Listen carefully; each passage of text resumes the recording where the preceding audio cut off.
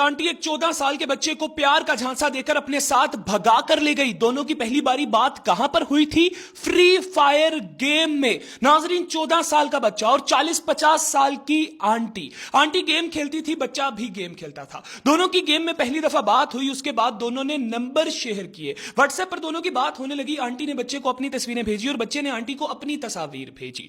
नाजरीन, आंटी ने बच्चे को मिलने के लिए बुलाया तो 14 साल का बच्चा घर में बहाना करके गया कि मैं अपने दोस्तों के पास जा रहा हूं। जब बच्चा आंटी के पास पहुंचा तो आंटी ने बोला कि अब तुम्हें घर जाने की जरूरत नहीं है, तुम मेरे साथ रहो, मैं तुम्हें बहुत प्यार करूंगी। बच्चा मान गया। 14 साल का बच्चा था। एक नया मोबाइल फोन दिखा दो तो मान जाता है। ये तो खैर आंटी थी। खैर नाजरीन, बच्चे को आंटी प्यार करके अपने साथ ले गई। जब बच्चा एक पूरा दिन घर वापस नहीं आया तो बच्चे के वालिदैन की जानिब से पुलिस में रिपोर्ट दर्ज करवाई गई कि हमारा बच्चा गायब हो गया है। जब पुलिस ने इन्वेस्टिगेशन शुरू की, बच्चे का फ्री फायर का अकाउंट खोलकर देखा तो बच्चे की आंटी के साथ गप लगती थी। पुलिस ने आंटी को ट्रेस करना शुरू किया तो आखिरकार आंटी एक दूसरे शहर से ट्रेस हो गई। पुलिस आंटी के पास पहुंची और पुलिस की जानिब से आंटी को गिरफ्तार कर लिया गया और बच्चे को उसके घर वालों के हवाले कर दिया गया। नाजरीन, अभी तक की इतलात के मुताबिक आंटी की जानिब से बच्चे को ज्यादती का निशाना भी बनाया गया। मजीद इन्वेस्टिगेशन पुलिस की जानिब से की जा रही है। खैर नाजरीन, ये वाकया इंडिया में पेश आया। इससे पहले भी इसी तरह का एक वाकया इंडिया में पेश आ चुका है।